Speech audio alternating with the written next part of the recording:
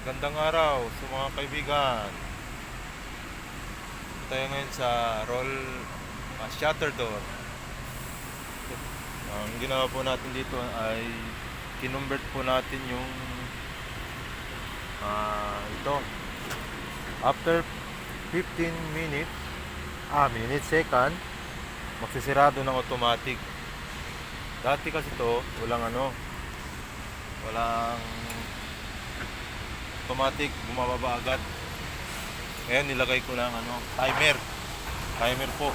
Ito, sinetap ko lang. Tapos basahin nyo lang yung diagram. Tapos jumper lang. Tapos na. Testing natin ngayon. Pag may tao, babalik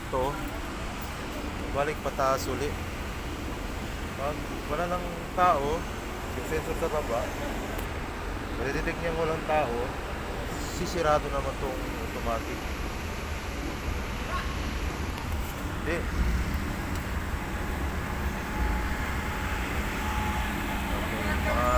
Okay, multi-skill.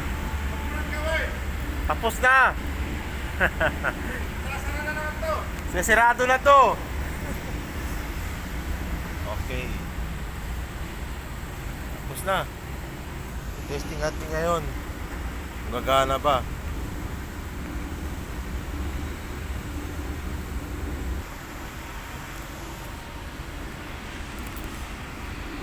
Yung jumper natin.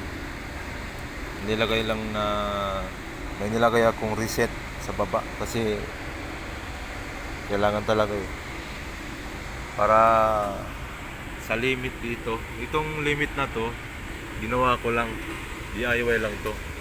Dinagdag ko lang sa siya sa shop ng limit switch. Ito yung mga limit switch.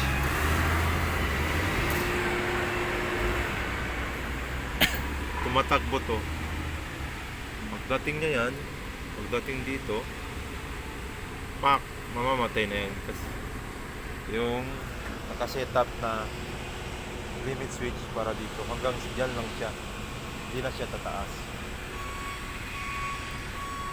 Kaya baba muna tayo.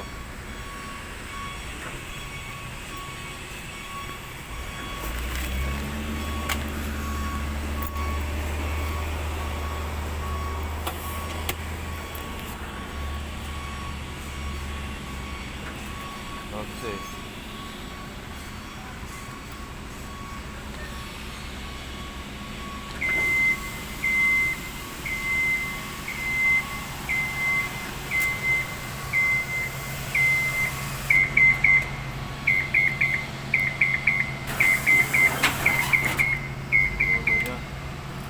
Ilagay ko lang may automatic tsaka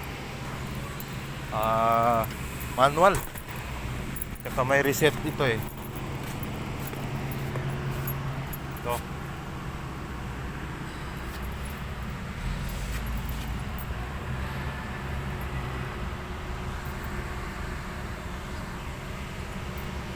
Pag to manual, hindi ko pa susulatan ko na lang.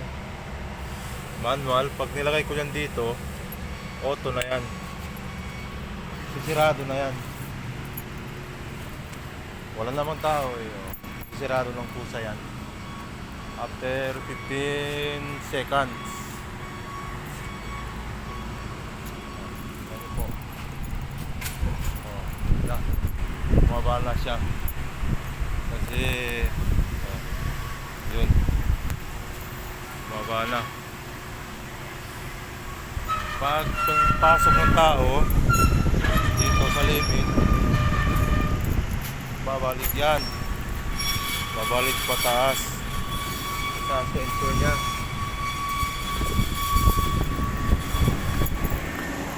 Yan, diba? Tapos na. After 15 seconds ulit, mamamatayan. Gustuhan nyo na lang ulit. Patay na kayo. Sisiradohan ko na kayo. Bye bye mga kamote skill.